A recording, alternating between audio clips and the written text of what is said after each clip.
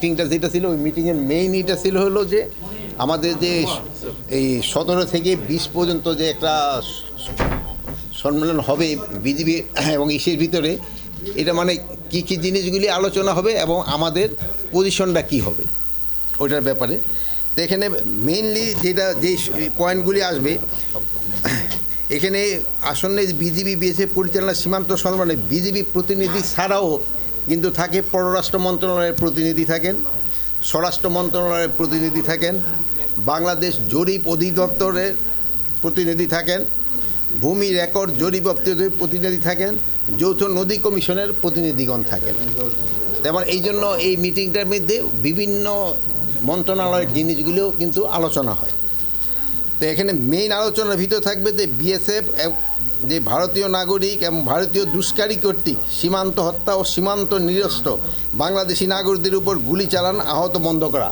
যে জানেন যে ভারতীয় নাগরিকরা বিএসএফ এবং এবং অন্যান্য যারা যে আমাদের যে সীমান্তে যে হত্যা করছে ওইটা যেভাবে হোক তাদের বন্ধ করতে হবে। এটা কোনোভাবেই গ্রহণযোগ্য না, এটা ইন্টারন্যাশনালিও এবং যে কোনো জায়গায় হোক না। এটা অনেক সময় দেখা গেছে যে বিএসএফ কর্তৃক এবং তাদের এই যে দুষ্কৃতিকারীরা আমাদের বাংলাদেশি নাগরিক ধরে নিয়ে যায় বর্ডার থেকে কৃষিকাজ করার সময়, এটা যেভাবে হোক এটা যেন তারা না করে, এই জন্য তাকে বলা। তারপর 3 নাম্বার ছিল ভারতীয় নাগরিকদের সীমানা লঙ্ঘন করে। অনেক সময় তারা সীমানা লঙ্ঘন করে অবৈধভাবে পারাপারের চেষ্টা করে, এই জিনিসটাগুলি যেন না হয়, এই ব্যাপারে আলোচনা হবে। প্লাস এই ভারতীয়রা অনেক সময় তাদের বর্ডার বেল্টে অনেক সময় এই যে মাদকের বিভিন্ন এই ফেন্সিডিল কারখানা, এইসব কারখানা এই তৈরি করে আমাদের দেশে এই জিনিসগুলি, যদিও ওই ফেন্সিডিলটা তারা ঔষধ হিসাবে বলে বানায়, কিন্তু আদারওয়াইজ বানায় এটা মাদকের জন্য এবং আমাদের বাংলাদেশের ভিতরে দিয়ে দেয়। এইটার এই বিষয়গুলি নিয়ে আলোচনা হয়। প্লাস সীমান্তে 150 গজের ভিতরে অনেক সময় সে কতগুলি কাজ আছে যেটা করার নিয়ম নেই, ওইগুলি অনেক সময় তারা করতে চায়। আর কিছু কাজ আছে যেটা করতে হলে দোনো দেশের পারমিশন লাগে। ডেভেলপমেন্ট কাজ যদি করতে হয় তো আমাদেরও হয়তো একটা, যেহেতু জানেন যে বর্ডারটা একেবারে মানে অনেকের ঘরের পাশ দা চলে গেছে, এইসব ক্ষেত্রে কিছু করতে হলে কিন্তু একজন আরেকজনের অনুমতি নিতে হয়।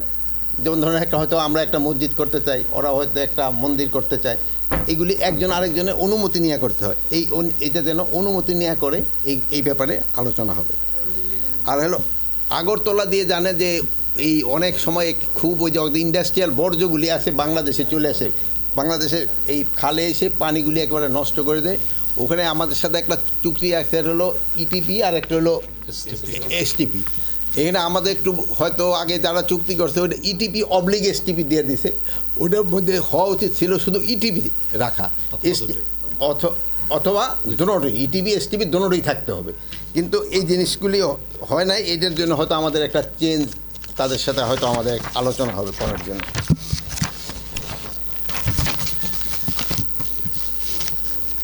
আর তারপরে যে বাংলাদেশের যে নদী আছে এই নদীগুলি পানিটা যেন সুষম বন্টন হয়, এটার ব্যাপারে আলোচনা হবে। এই পানি চুক্তি বাস্তবায়ন কীভাবে করা যায় এই ব্যাপারে আলোচনা করবে। প্লাস এর তো রিভার নদী কমিশন তো আলাদা বড় লেভেলও আছে, বাট এটা ছোটোখাটোগুলি আমাদের এখানেও আলোচনা হয়, বাট এই বড় লেভেলটা এখানে ওইরকম আলোচনা হয় না। প্লাস ওই মুহুরিচরে একটা সমস্যা আছে, ফেনীর মুহুরিচরে ওই এলাকায় ওই বর্ডার পিলার স্থাপনের মাধ্যমে সীমানা নির্ধারণ করা, ওখানে একটু সমস্যা আছে, ওইটা নিয়েও একটু আলোচনা হবে।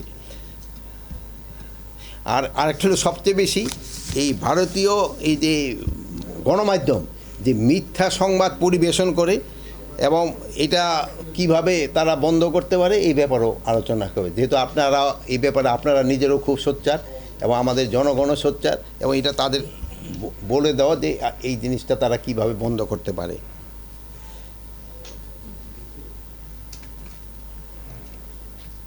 আরেকটা হলো একটা আছে কোঅর্ডিনেটেড বর্ডার ম্যানেজমেন্ট প্ল্যান, এটা একটা বড় সাবজেক্ট, এটা নিয়েও তাদের সাথে আমাদের আলোচনা হবে।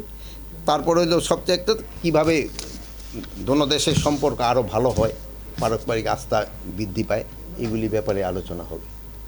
আচ্ছা, কিন্তু ভারত থেকে তো মাননীয় উপদেষ্টা সবসময় বলা হচ্ছে এবং ওদের যে পররাষ্ট্র